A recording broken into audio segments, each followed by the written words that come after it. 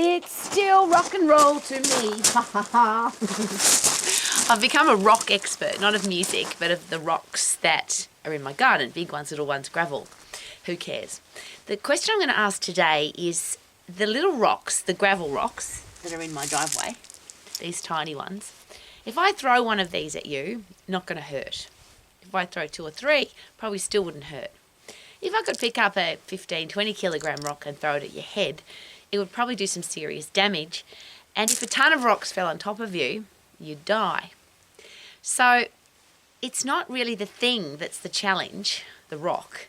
It's the size of the rock, and or it could be how many times it hits you. So this tiny little rock or piece of gravel, tiny little baby rock, if I just keep throwing it at you and throwing it at you and throwing it at you, it become very annoying. It's like when people say, I'll use stones again. If you've run marathon, I've done a few of those in my lifetime. If you've got one tiny little weeny stone in your shoe, you have to stop and take it out because you can't run a long distance with even the tiniest little rock stone in your shoe. It becomes very annoying and at the end becomes very painful. So what's that got to do with life? A lot of people share with me, and I'm sure they do with you too, that life is complicated, it's hard, it's challenging, there's lots of problems. But isn't it exciting that that's the case? Because if it wasn't, wouldn't life be boring? I used to live in Queensland in Australia, and there's a marketing slogan there that says, beautiful one day and perfect the next. And I've actually been in Queensland where people have complained to me that they're sick of the sunny weather. Sunny every day, it's so boring. Interesting. So is it possible it's the contrast in life? It's the good times versus the bad times, night versus day, winter versus summer, horrible people, nice people. And I always ask that question, how could we appreciate the beautiful people in our life if we didn't experience yucky people? Because those yucky people, I love experiencing them because they make me really appreciate the happy, positive people in my life. I really, really love the tough times. I hate being injured and I hate being sick. I don't wish that for anybody. But when I am, because sometimes that happens and there's nothing you can do about it, or there's some things that are just unlucky, I get grateful for those because when I'm sick or if I'm injured, it really helps me appreciate being healthy and fit and 100% strong. So how do you get into the position where your body's tough, your brain's tough, you look forward to the hard times, you look forward to the dark times, you look forward to people doing horrible things to you, and it's not that you want them to do it, but isn't it nice to have a set of tools and a strong, tough body and brain to be able to handle it? So how do you get there? And it could be a lot to do with those little stones. I'm going to pick one up again. See, if I one day do one thing that adds value to my life, one tiny little thing, get some fresh air, get some sunshine, go and get puffed for 10 seconds, lift something heavy, read something positive, listen to a happy song, one tiny little thing. If I get into the habit of that, next day, very soon I've got a habit of positive, happy things. Of course, the reverse happens. So if one day I put in nasty, negative gossip, tiny bit of it, and the next day I put in a nasty, negative comment from social media, and the next day I criticise somebody, and the next day I don't eat healthy food, and the next day I forget to exercise because I can't be bothered, how long does it take before we're into the bad habit of life being horrible? So could it be the little things? And a lot of people talk about, the little things add up to the big things, or the big things are the most important, don't worry about the little things. Is it possible that everything's important, every little thing and every big thing? But is it possible that if you do the little things, that you start achieving the little things, that you start feeling good about yourself, you improve your self-esteem and self-confidence, you start taking bigger risks or doing more stuff or getting better at what you do because you feel self-confident? So I was given a very special gift that literally changed my life. And I know I say that fairly regularly, but this is a really tiny, easy little exercise to do. Not physical, it's mental. Well, it could be physical, your choice. But for me, it literally completely changed my self-confidence from ordinary to...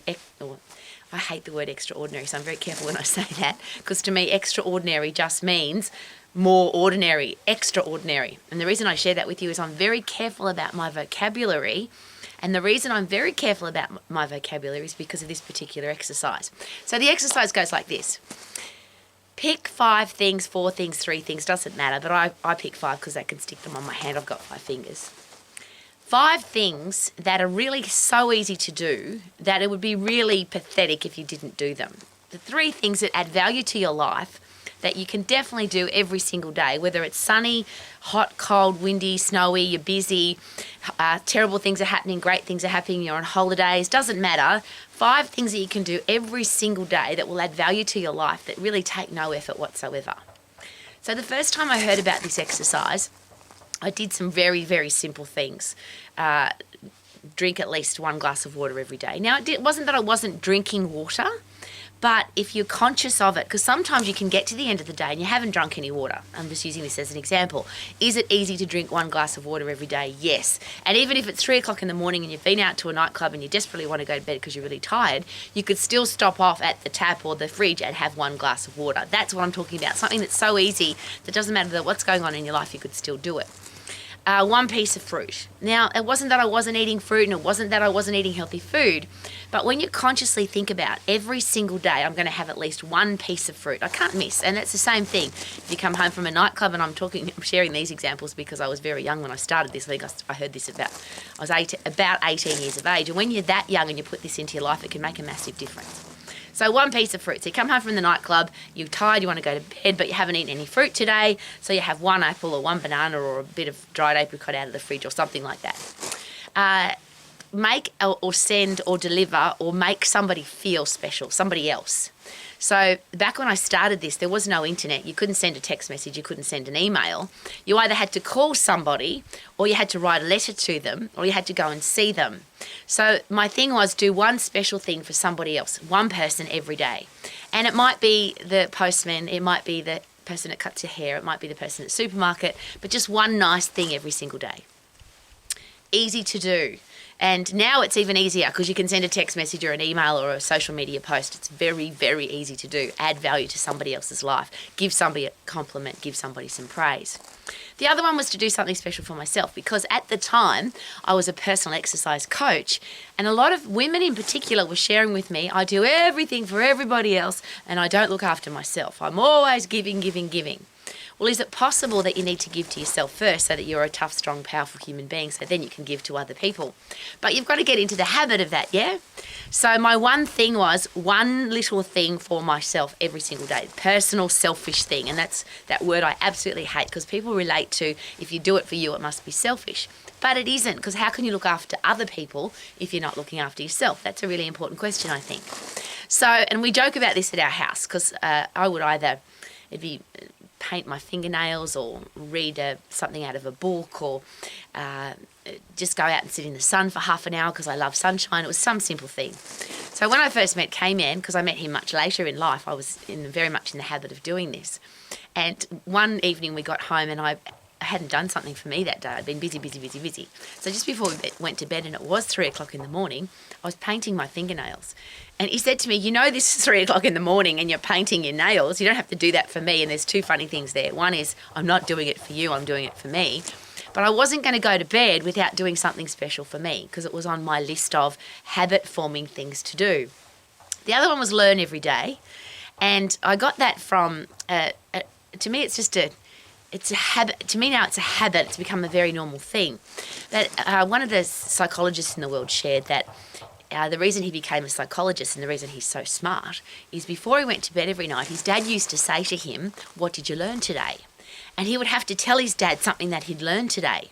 So he said, sometimes I just go to the encyclopedia, and you might not know what that is, but that is a book that is Google. Before Google existed, you went to the encyclopedia. And he said, I used to find a fact of some kind, you know, what's the capital of South Africa, or what's what money do they use in Germany, or how big is the biggest lake in the world. He said, I used to just find a fact because I'd have to tell my dad at night something that I'd learnt that day. And I thought that was really clever, really easy to do. And so I put that into my life, including it could be learn a new word. And I use that for a very particular example. The reason for learning a new word, have you ever been in a conversation where somebody's used a word and you didn't know what it meant and you felt a bit silly or insignificant or dumb because you didn't know what the word meant?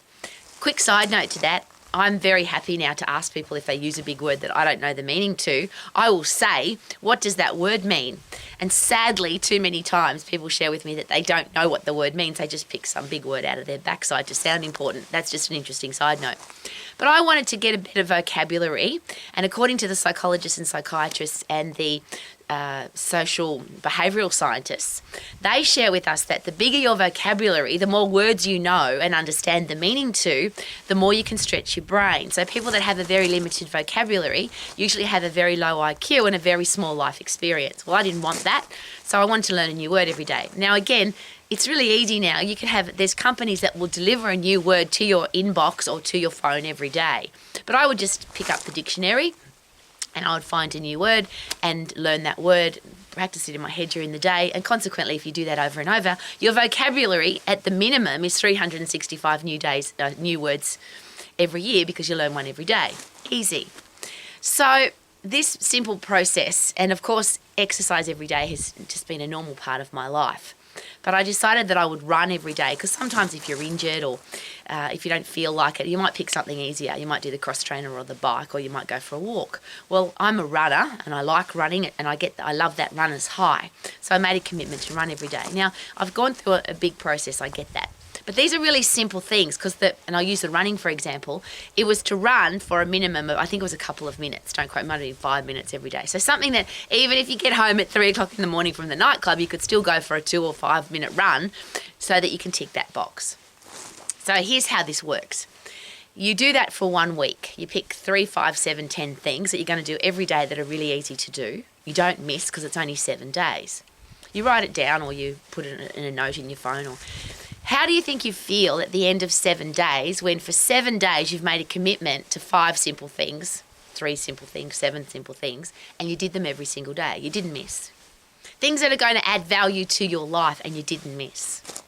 So once you've done 7 and you feel really good about yourself, and you feel your self-confidence, wow, I did that for 7 days and I didn't miss. Now, what about 30 days? Let's pick 30 days, because that's around about a month. Let's do 30 days of those really simple, easy things to do. Then imagine at the end of those 30 days how you feel. And then how about this? What if we could do it for half a year? 26 weeks. What about 52 weeks in the year? And to cut a very long story short, this particular exercise completely changed my life. And I use the example.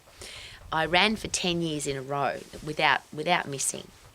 I had some knee challenges at the end of that 10 years, and I had to get some rehab done on my knee, but I wasn't going to get that done until I'd done my 10 years of running, because I made a commitment that I'm not going to miss a day of running for 10 years.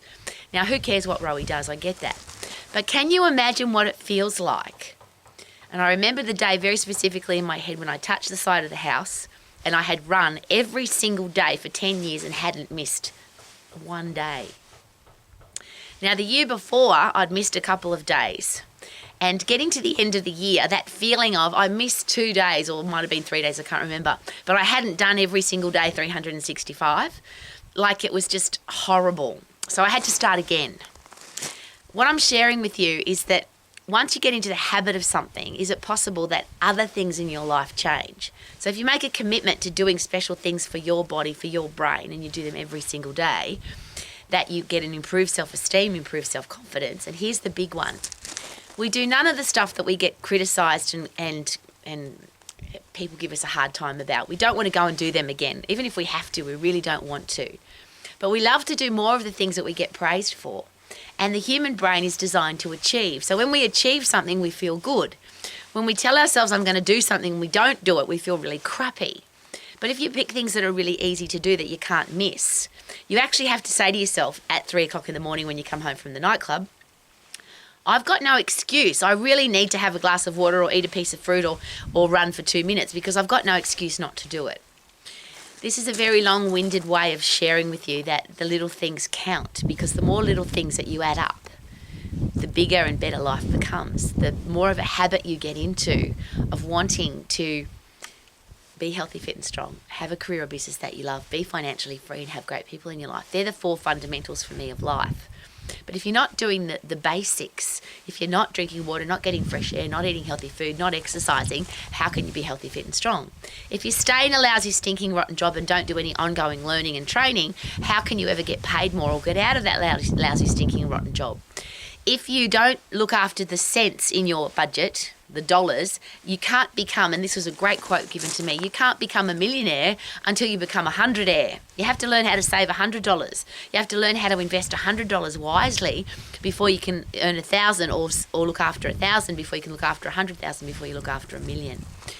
And then relationships. The little things really do count, don't they, in a relationship? If you forget to tell your partner that you love them, if you forget to tell your kids that you love them, it's just simple words. And I'm going to use that as a very beautiful example.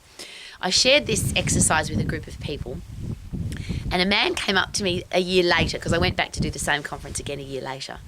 And this gorgeous man shared with me, he said, look, I thought you were talking crap, Rowie. I really thought it was silly. Why would you do such a silly thing? But I thought she's passionate about it and she's motivated, maybe it'll work.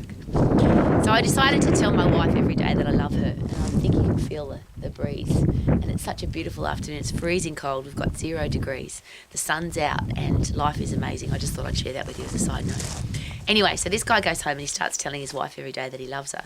She thinks there's something wrong because he hasn't done that before. But at the end of the year, the other thing he shared with me, that he was going to get down on his knees, eye level with his children, and at least ask them one question and give them a cuddle every day without missing.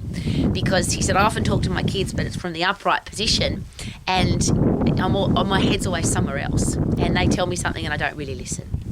So he said, for one whole year, Rowie, since you left here, it's been a year since you were here for the last conference, I've told my wife every day that I love her, and I've sat eye level with my kids and asked them a question about themselves and actually listened to the answer. And he said, my life has completely changed. My relationship with my wife is magnificent. My relationship with my kids is awesome.